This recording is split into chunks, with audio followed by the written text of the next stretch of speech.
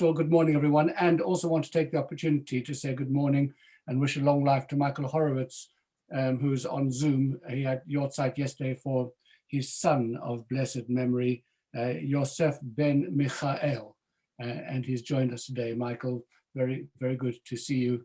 Look forward to seeing you in person. Please God back in shul because you're always there for Yortzeit, and please God we'll see each other again soon. So coming back to Tignos Ben Socha, who wants to remind us that we should not serve God on the basis of receiving a reward, at least not a reward in this world. The sages were sometimes a bit concerned about receiving any rewards in this world because they felt that they might detract from the reward which has been stored up for them in the world to come. And the Talmud in Tiny 25:8 tells a rather extraordinary story about Rabbi Hanina ben Dosa, who was exceptionally poor. And his wife complained very bitterly to him. She said, "Why do we have to continue to suffer in this terrible, terrible poverty?" So he said to her, "Well, what can we do?" She says to him, "Well, pray for mercy that something will be given to you from heaven. In other words, a little bit of credit in advance for whatever reward is being stored up for you in the world to come. Just have a little drawdown, a sort of on credit, on loan for the moment." So he prayed, and he prayed for mercy, and something, says the Talmud, like the palm of a hand emerged and gave him a leg of a golden table. And that night, his wife saw in a dream that in the future, in the world to come, the righteous would be eating at a golden table that had only 3 legs, and that they would be eating, she and her husband would be eating at a table that had only 2 legs. So she turns around to her husband, tells him the story in the morning, and he says to her, "Well, are you content that everyone will eat at a complete table and we should eat at a defective table?" So she says to him, "But what can we do?" So she says, "Pray for mercy that this leg should be taken away from you." So he prayed for mercy and the golden leg was taken away from him. This sounds like a ridiculous, totally stupid, ridiculous story, doesn't it?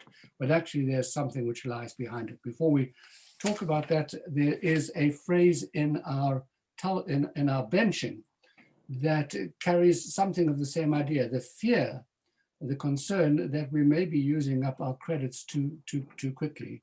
In benching, we have the following phrase. We ask the Almighty for bracha, v'shua, nechama, parnasa, v'chalkala, v'rachmim, v'chaim, v'shalom. It's a whole big, long shopping list. Please act kindly towards us, grant us grace, give us kindness, compassion, relief, rescue, prosperity, blessing, redemption, and comfort, sustenance and support. You're throwing the whole bang shooting works at the Almighty in regard to the things that you're asking for in your life. Peace and all good things. And then the English over here, Mikol Tov al Yechasreinu, which we translate in Jonathan Sachs's Siddur, of all that is good, may he never let us lack.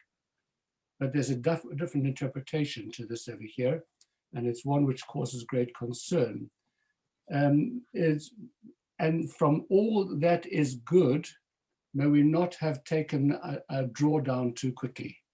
In other words, may we not have used up all of our credit in advance, so there's very little left for us afterwards. Mikol Tov, from all the good that is stored up for us, al Yechasreinu, we hope that we will not have actually lost from anything of that. At any rate, what lies behind this idea over here?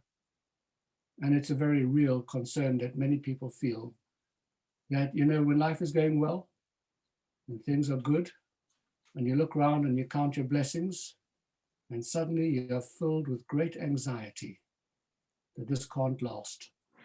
It just doesn't seem fair that there should be so much good that's given, and life is not like that. Life is its ups and downs, and one becomes terribly fearful that it's possible that one has used up too much of one's credit. There's only a certain amount of good that is allocated to every human being, one thinks, and maybe I've taken my allotment, and therefore what lies ahead? And this is a real source of anxiety for a lot of people. It's the anxiety, strangely enough and paradoxically, which comes as a result of the goodness of life. There are anxieties which clearly come when people suffer great difficulties, and they wonder why they should have to suffer in that way, or why they should have to go through these agonies of life. But this is the flip side of it. This is the side of somebody for whom looks around and sees so many people suffering, and they look at their own life and they say, but hang on a second. And for me, by contrast, everything seems to be just dandy. Everything goes well. How blessed I am. And that creates its own anxiety.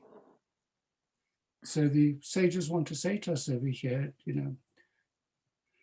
the Almighty has his own plans for every human being.